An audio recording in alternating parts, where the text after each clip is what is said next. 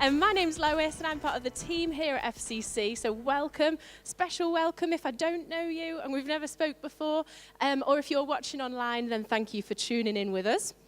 I asked a question which I've no idea if you will have had any answers to, so let me tell you about some of my favourite speeches or some of the speeches that you might know about. I wonder if any famous or memorable ones spring to your mind. Maybe it's like a well-known speech from history. How about we should have some pictures. So you might be familiar with this one. Winston Churchill's "We shall fight them on the beaches." Next up, what about Nelson Mandela's "I am prepared to die" speech? Then, of course, there is the next one. You may well have heard of this one. Yeah. And tomorrow is Martin Luther King Day, so that tied in nicely, didn't it? Martin Luther King Jr.'s unforgettable "I have a dream" speech. Or, more recently, there's this one. Anyone familiar with that one? Greta Thunberg. Does anyone know what this speech has got the title of? "How dare you?" As she stood before the UN declaring, "How dare you?" So there's those famous speeches from history long ago and not so long ago as well. And then for the theatre lovers among us, maybe a famous speech you're familiar with is one of Shakespeare's many monologues, "To be or..." There we go. Or maybe they aren't maybe the speeches that have stayed with you, they haven't been famous ones, they haven't been ones in history. Maybe they've actually been like personal ones. I can think of a couple of best man speeches from weddings that are unfortunately etched into my memory forever, for better or for worse. I have wept my way through so many Father of the Bride speeches. They just get me. Phil's, it got me. I always shed a tear at that moment. I've also sat and been completely bored out of my mind watching award acceptance speeches. You know, when you're watching these award ceremonies and you're thinking, when are they going to wrap this up? You see, memorable speeches stay with us, but meaningful speeches do more than that. Meaningful speeches challenge us. They shape us. They invite us to see the world differently. And one of the most meaningful and significant speeches ever recorded, not just in the Bible, but in the whole of human history, is a speech given by Jesus. Now, Matthew's gospel tells us that Jesus sat on a hillside, surrounded by a crowd of very ordinary people, and he just began to teach. And that teaching has come to be known as the Sermon on the Mount. And it's this sermon that we are going to spend not just 1 week, not just 2 weeks, but quite a few months digging into together as a church in our new series, which is called The Narrow Path. So the Sermon on the Mount, the best speech ever in history. And it spans several chapters in Matthew's Gospel in the New Testament of the Bible. And it begins with a section known as the Beatitudes. Will you say that with me? Beatitudes. Thing with that word is you have to give it some attitude when you say Beatitudes. So one more time. Beatitudes. Amazing. Now let me just warn you, I love words. I'm a word nerd. I love language. I love digging into where words come from, why we say, what they originally meant, and especially when it comes to the Bible. So buckle in for a bit because you'll hear a lot about this word was said like this in this language. So the word Beatitudes comes from the Latin word beati. Say it in your best Latin accent. Beati, there we go, which simply means blessed. So the Beatitudes are, in essence, a collection of statements from Jesus about what it means to live a blessed life. So over the next 9 weeks, we're going to sit with these words, we're going to explore them, and we're going to allow Jesus to challenge some of our assumptions about what blessing and success and happiness and the good life actually looks like. Because as we will see as the next 9 weeks go on, the way Jesus defined blessed is really different to how the world would say blessed is. And some of these Beatitudes, they might already feel familiar to you. Maybe if you've been walking with the Lord for a long time, or if you've been reading your Bible for a while, you might have heard these, sang these, said these over and over and over again. And for a long time, I think, because I'd heard them for quite a long time, I almost just passed by them in the Bible. You know when you're familiar, so you just flick to the next page. Because it was poetic and it was nice and it made for a really good speech.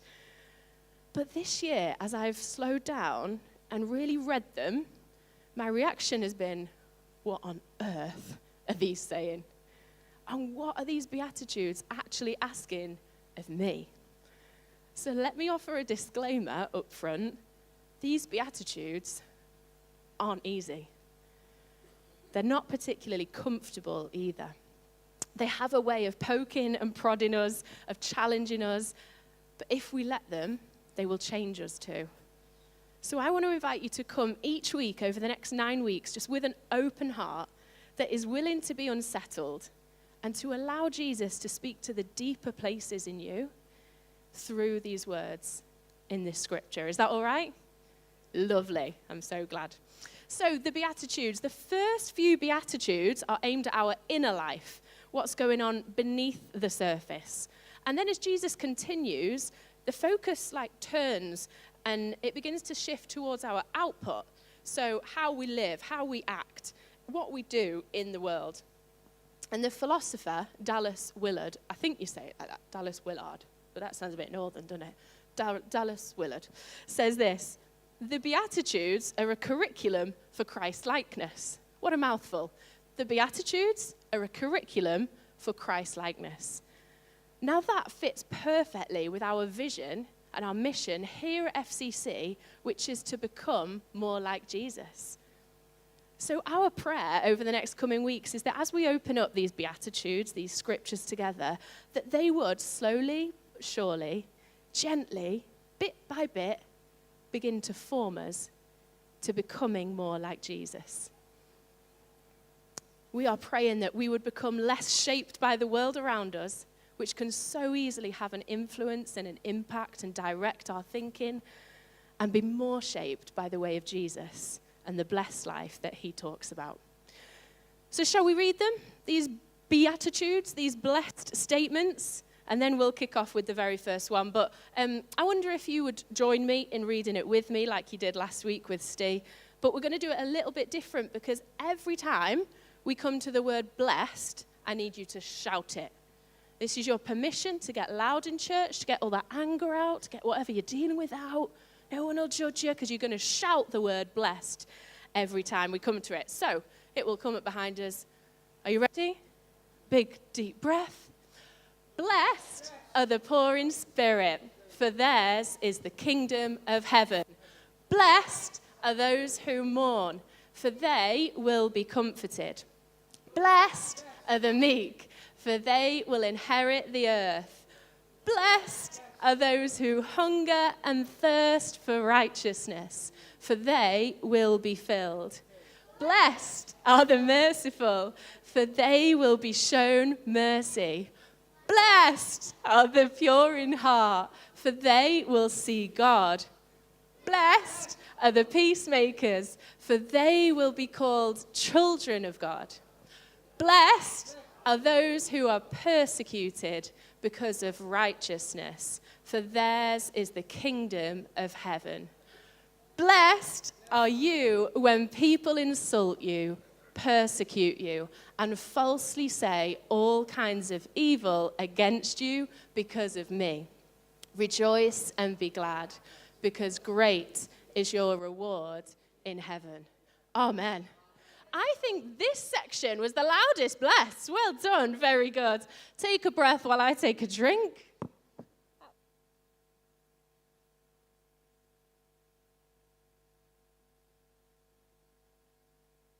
That word that you shouted over and over again, which was, there we go, blessed. It comes from a Greek word that Jesus would have used called makarios. Say it with me. You got to roll that R. Van, oh, he's gone. Would you roll an R in Greek? Yeah. Makarios. Hey, there we go. And this word is rich. It is deep. It is layered. It doesn't just mean happy, like some of the Bible translations have translated it to happy. That's one angle of the meaning. But it's not happy in a surface level, Instagram caption kind of way. Makarios means deeply fortunate. It speaks of a real joy, a sense of privilege, which is interesting when you then read what Jesus says is blessed. So with that definition in mind, that real joy, that sense of privilege, that being really fortunate, we're going to try something together. I'm going to show you a few pictures, and you're just going to decide, maybe with the people around you, do you think the people in this picture are blessed or stressed? Here we go. Picture number 1. Blessed, absolutely. Look at that view. Gorgeous. Okay, number 2, blessed or stressed? Stressed. I think I'd say stressed. Picture number 3. Stressed, blessed, you decide. Picture number 4. Stressed. I've just realized that. Next picture. Okay, very similar. Next picture. Blessed. Oh, they look happy, don't they? Next picture. Stressed. And final picture. Blessed! That's the definition of blessing, right? That's my hopes and dreams for the future, isn't it, Gabe? Loads of golden retrievers. That's the blessed life right there. That's in Matthew chapter 5, verses 102. There's the Beatitude everyone missed out. Blessed life. I'm only joking. You take that off, otherwise I'm going to look at it at the back all morning long. Now, I imagine just from that exercise, we all carry a picture in our mind of what the blessed life looks like, don't we? And we probably, many of us, if we're honest, know too well what the stressed life feels like as well. That's what's fascinating, though, is that when Jesus starts talking about blessing and about the blessed life, he completely flips the script. So apparently, when you're writing a speech, the most important part, the bit that you should put the most attention into, is the opening line. That is the crux of it all. So it's no coincidence that Jesus begins the greatest sermon ever preached with these words: blessed are the poor in spirit. Because straight away, we are left with more questions than answers. Why would he start there? What does Jesus actually mean? How can you be poor and blessed? And I'm guessing that for the people listening to that sermon on the mountainside, many of them who would have been poor, and maybe for people listening today, maybe you're listening to this or you're watching online, you might consider yourself poor and really not feel particularly blessed at all. Maybe this beatitude even feels a little bit offensive because of what you're going through right now. See, this is where things get interesting. Because among scholars and theologians and podcasters and people who just love a good Bible debate, there's loads of discussion about what Jesus actually meant when he said, blessed are the poor. You see, Matthew, he records it as Jesus saying, blessed are the poor in spirit. Now, if you were to flick a few books later to the Gospel of Luke, this same speech, the same recording, the same time, same place, but Luke records it, blessed are the poor. So you might be thinking, who's right? Who's wrong? Who's getting the sack? Who do we listen to? Is Jesus talking about the financially poor, like Luke alludes, or the spiritually poor, like Matthew alludes? And that question matters, because how we understand it shapes what we believe the blessed life actually looks like. So a guy called William Barclay, a Scottish minister and theologian, he suggested that if we really want to understand what Jesus meant when he said, blessed are the poor in spirit, we could reword this beatitude to be like this: blessed are those who have realized their own utter helplessness and who have put their whole trust in God. It's a strong statement, isn't it? To admit you're utterly helpless. Because being poor in spirit, it isn't about weakness for weakness' sake. It's about humility, and it's about trust. And those two words, they sound lovely. until we actually have to live them. So a few years ago, when Gabe and I started first dating, the transition from singleness to being in a relationship was lovely in so many ways. But one of the things that I found that I found surprisingly hard was coming face to face with my own stubborn self-sufficiency. Because for a long time, I had prided myself on being a strong, independent woman. Amen. My approach to life was basically, I'm self-sufficient, I'm independent, whatever you think you can do for me, I'm really grateful, but don't worry, I can do it for myself. I'm like, I really appreciate the offer, but just don't worry. To make things worse, I love being needed. I'm much more comfortable helping others than accepting any help. Because, independent woman. Honestly, I just thought I was doing the right thing. I thought it was quite attractive. Being strong, low maintenance, easy going, pretty cool. How did it go, Gabe? No comment. Because what I didn't realize was actually, slowly and unintentionally, I was driving a wedge between me and Gabe by refusing help, by refusing to acknowledge and accept my own limits. I was actually putting up this wall. And this wall was built brick by brick of fear and pride. And it has taken some honest conversations, a whole lot of learning, and a whole lot of patience on Gabe's behalf, where I've been learning to say, okay, I need help. I can't do this on my own. And then actually to receive the help as well. And you know what? It is vulnerable. And it's uncomfortable. And it's unfamiliar. But it's really important. And it takes humility. And it takes trust. And for the record, I haven't got it nailed. I'm still working and learning. But I've realized that posture, that vulnerability, that is exactly what God is asking from us. Because being poor in spirit, it isn't about pushing God away with our strength and our independence. It's about drawing close to him with our need. And Jesus says that is the place where blessing lives. He longs for us to humble ourselves and trust him. To be able to say, like honestly and without pretending, God, I don't got this. I need you. That's where blessing lives, according to Jesus. In that pit of desperation, when life doesn't look blessed, it looks stressed, and you choose to put your trust in God, that is where blessing lives, according to Jesus. When we can lay down our self-sufficiency and our stubbornness, and we can admit, God, I'm lacking. I need you. Right there is where blessing lives.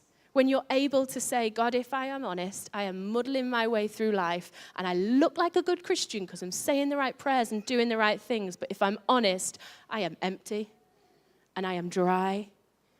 To admit that is where blessing lives. And when your life is full, and when you are happy, and when you are successful, and when you are rich, or when you are healthy, or when you are fulfilled, or when you are in a beach in Barbados overlooking that view, to still come to the place of humility and trust and say, God, I still need you. All of this is pointless without you. That is where blessing lives. Last week, Steve quoted from a book, and I really want to recommend it to you. It's going to shape a lot of our thinking over the next 9 weeks, so you will be sick of us recommending this book or quoting from it. It is called The Ninefold Path of Jesus by Mark Scandrett, and he writes this: when we are faced with inevitable lack in our lives, we have a choice. We can follow our instincts and lose ourselves in white-knuckled anxiety, or we can open our hands in childlike trust. So would you just do something with me? Would you hold your hands out in front of you like this? Give them a good shake, because they might have been writing, texting, scrolling, or chilling, whatever. Give them a good shake. Okay, now, clench them really, really tight. Tighter. I need to see it on your faces. Don't eat your knuckle, Megan. And release, open. One more time, clench them. I wonder, when in life do you find yourself, without even realizing it, with your fists clenched? For me, the minute I am at the self-checkout and I hear the words unexpected item in the baggage area, I am stressed. My fists begin to clench. Whenever I am on the phone to my energy provider, my fists begin to clench. Whenever I see an email that says your payment is due, or even worse, overdue, my fists begin to clench. When I am in traffic and I am running late and I can't get beyond first gear, oh my goodness, I am clenching that steering wheel so tight. When I'm afraid of losing something, like maybe I'm holding on to something really precious I just don't want to lose, you hold it with clenched fists, don't you? Or when I'm holding something that I'm trying to hide from others, I'll hold my fists really tight. Because clenched fists are a sign of anxiety, of stress, of frustration, or of trying to control a situation. And they reveal what we are tightly gripping onto. They reveal the places and times when we are trying to stay in control of our own life. And Jesus invites us to notice that, to feel that, and to let it go. You see, open hands, they are a sign of acceptance, of admission, of need, and of expectation. Open hands, they admit, I'm not perfect. I need something. They are open to transformation. They are open to change. Open hands are also ready to receive. You see, if clenched fists are usually about control, they're what we do when we are trying to hold life together in our own strength, when we're gripping onto outcomes, when we're protecting ourselves, when we're afraid of losing something, or when we're afraid of being exposed. But the thing about clenched fists is you can't receive anything new with your hands tightly closed. The Message version of this Beatitude paraphrases it like this: you are blessed when you're at the end of your rope. With less of you, there is more of God and his rule. So this is what happens when we acknowledge our lack, when we stop pretending, when we choose to fully, radically, even desperately trust God. We have clenched fists like this in our stress and anxiety, but when we choose to trust God, we open our hands and we create space for more of God and less of me. We create space for him to provide, for him to fulfill, for him to sustain. Open hands are ready to receive. But they don't just receive, they give. In Deuteronomy chapter 15, that's all the way in the Old Testament of the Bible, God says this to his people: if someone among you is poor, don't be hard-hearted, don't be tight-fisted. Rather, open your hand and freely lend them whatever you need. You see, when we live with open hands towards God, we begin to live with open hands towards each other and towards the world around us. What we receive, we release. What we're given, we share with open hands. And that is what Jesus calls blessed.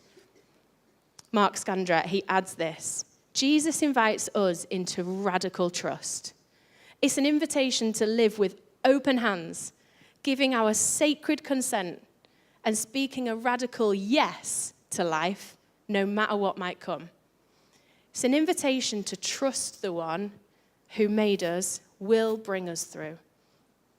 And that brings us to the promise, the second half of the Beatitude. Blessed are the poor in spirit, for theirs is the kingdom of heaven.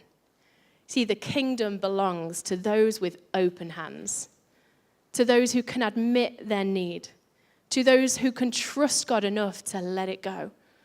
Jesus doesn't actually say, blessed are the poor in spirit, because one day they might get something. He doesn't say, blessed are the poor in spirit if they just keep working a little bit harder and make a success of themselves. He doesn't actually say, blessed are the poor in spirit once they've got it all figured out. He says, blessed are the poor in spirit, for theirs is the kingdom of heaven. The kingdom of heaven isn't a reward for the spiritually impressive, for the self-sufficient, or those who have got it all sorted. It's not reserved for the strong-willed. The kingdom belongs to those who know they need it and aren't ashamed to admit it. The poor in spirit, they don't earn the kingdom. They just receive it because you know when you are empty, your hands are finally open in desperation. So the doorway into the kingdom of heaven, it's not confidence in yourself or the world around you. It is a dependence on God. And that's why Jesus starts here in the Beatitude. In the start of his most amazing speech and sermon, he starts here.